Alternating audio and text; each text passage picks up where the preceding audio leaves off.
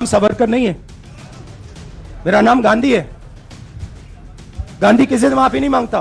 राहुल गांधी ने बड़े ही जोर शोर से ऐलान किया था कि वो माफी नहीं मांगते, बल्कि वो लड़ाई लड़ते हैं। यानी वो बताना चाहते हैं कि वो एक फाइटर स्पिरिट वाले व्यक्ति हैं। लेकिन असलियत में हो क्या रहा है?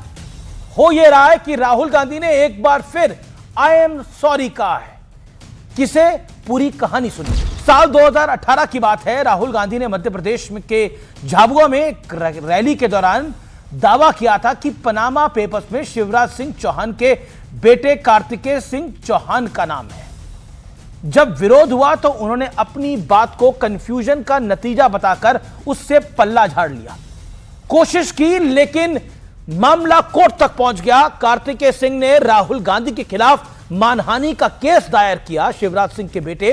इसी केस की कार्रवाई के दौरान उन्होंने मध्य प्रदेश हाईकोर्ट में लिखित आवेदन दाखिल कर पेशी से छूट मांगी और अपने बयान पर खेद भी जता दिया, यानी माफी, रिग्रेट इसे अंग्रेजी में कहते हैं। इस खबर के बाद बीजेपी राहुल गांधी से पूछ रही है कि बताएं कौन असल में माफी वीर है।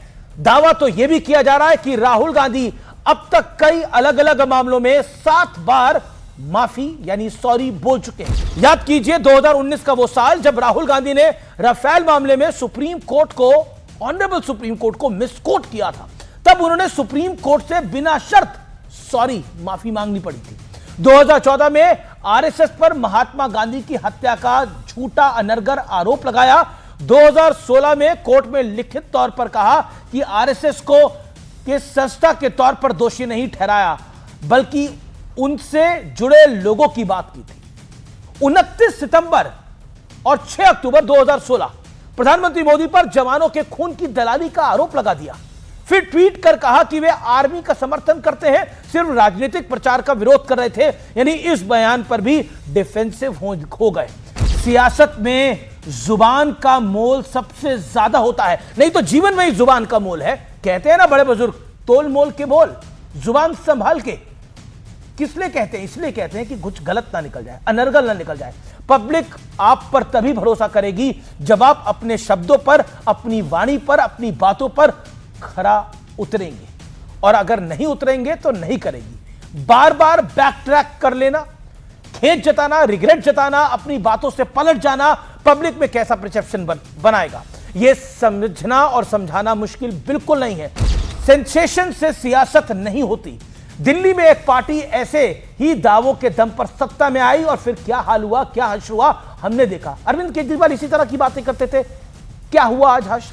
हश।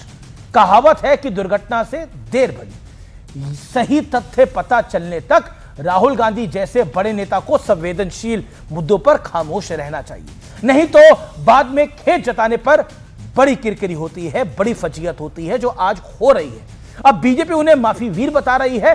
दावा किया जा रहा है कि राहुल गांधी ने अपनी जुबानी गलती के लिए 7वीं बार माफी अर्थात खेद जता दिया है। हालांकि यह बीजेपी और उनसे जुड़े लोगों के दावे हैं। मैं इन दावों की सत्यता की पुष्टि नहीं करता। हालांकि चौकीदार चोर है जैसे कुछ मौके तो इतने बड़े हैं कि जिस पर किसी को कोई कंफ्यूजन ही नहीं होना चाहिए। सोचिए ऐसी इमेज के साथ कैसे कोई पार्टी या नेता अपने लिए जन समर्थन यानी आपका समर्थन जुटा पाएगा और उम्मीद भी रखता है।